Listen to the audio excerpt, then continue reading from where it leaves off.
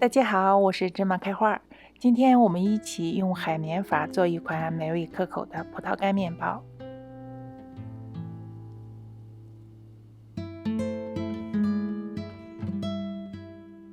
先来做海绵种。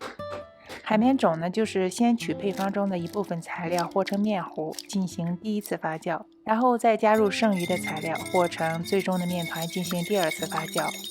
比直接的发面法要多出这样一个发面的步骤。鸡蛋1个，我们只用40克，多余的呢取出来后刷面包用。加入椰奶、白糖和速效酵母，这几样没有先后顺序，加到一起搅拌混合均匀，然后加入高筋面粉和奶粉，充分的搅拌混合，一直搅到看不到小面疙瘩，面糊变得非常的细腻和光滑。用保鲜膜盖好，把它放到温暖的地方醒发45分钟到60分钟。下面我们准备一下配方中剩余的材料。先准备葡萄干，用清水浸泡后清洗干净，烘干水分待用。高筋面粉1杯倒入到面盆中，剩下的1/4杯的面粉呢做调整量。刚才洗净晾干的葡萄干倒进去，搅拌混合一下。你可以用手抓也行，用刮刀拌也可以。目的呢就是让葡萄干表面上沾上一层面粉，这样可以帮助葡萄干在加入到面团中后，可以均匀的分布到面团中。加入2大勺白糖，最后加入盐，混合均匀。这是发酵好了的海绵面糊，有好多小泡泡，像海绵一样，它起和老面引子一样的作用。咱们可以把它放到冰箱继续的低温发酵，隔天第2天食用，或者也可以像我今天这样马上就拿来用。将刚才混合好的干料加入到面糊中，用橡皮刮刀搅拌均匀，一直到看不见干面粉，形成一个很黏的软面团。清理一下盆壁，盖上保鲜膜，醒面10分钟。10分钟后，在揉面垫上抹上室温软化的黄油，将面团转移过来。面条很软，会很粘手，我们在手上也抹上黄油，然后用手压面，然后再将面叠起来，然后再用手压面，不要揉搓，那样会弄断面筋。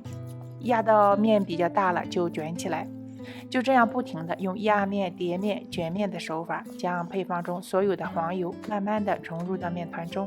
同时呢，也通过压面、卷面帮助面团形成面筋。等到面团越来越不容易压开的时候，我们把它盖好，醒面5分钟，然后再继续。一共大约需要醒面3次，压面卷面很多次，具体多少次我都没有数。不过呢，不算醒面的时间，真正操作面团的时间也就5分钟。这个过程就代替揉面的过程，它比较适合偏软的面团。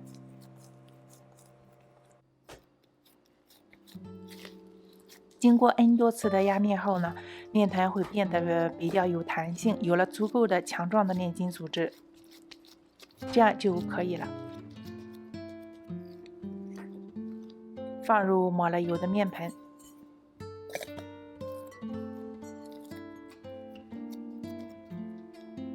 保鲜膜包好，放到温暖的地方醒发1个小时到1个半小时，直到面团长得2倍大。用拳头按压排气，揉面垫上抹点油，将发酵好的面团移到垫子上。先按压面团排气，将面团分成3等份。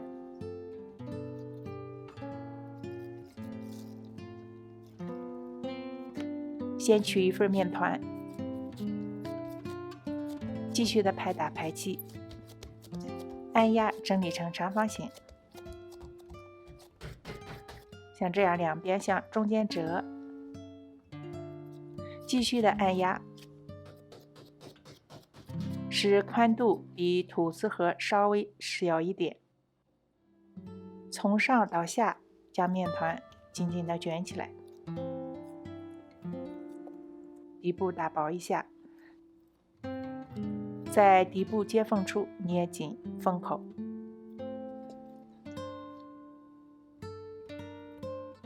烤盘我们用这种斜纹450克的标准不粘吐司烤盘，然后封口朝下将面包坯放入烤盘。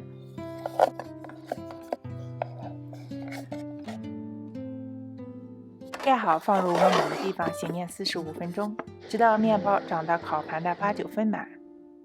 先前流出的蛋液在这个时候刷到面包的表面上，送入提前预热好的烤箱，325华氏度、162摄氏度烤30到35分钟。面包出炉了，立刻将面包脱模，趁热在面包表面刷上融化的黄油，这样面包的外壳就会更软，看起来也会更光亮。这个中重法做出的面包超级的松软，拿在手里特别轻盈，拉丝的效果非常好。一片一片接下来就像棉花，而且口感呢比普通的面包更丰富。怎么说呢？就像普通馒头和捞面馒头的差别。更重要的一点是，中重法面包可以保鲜时间更长，密封室温可以保存3、5天，都还很软很香。这么多的优点真的是值得一试哦！试过以后请留言告诉我您是否喜欢。谢谢收看，下期再见。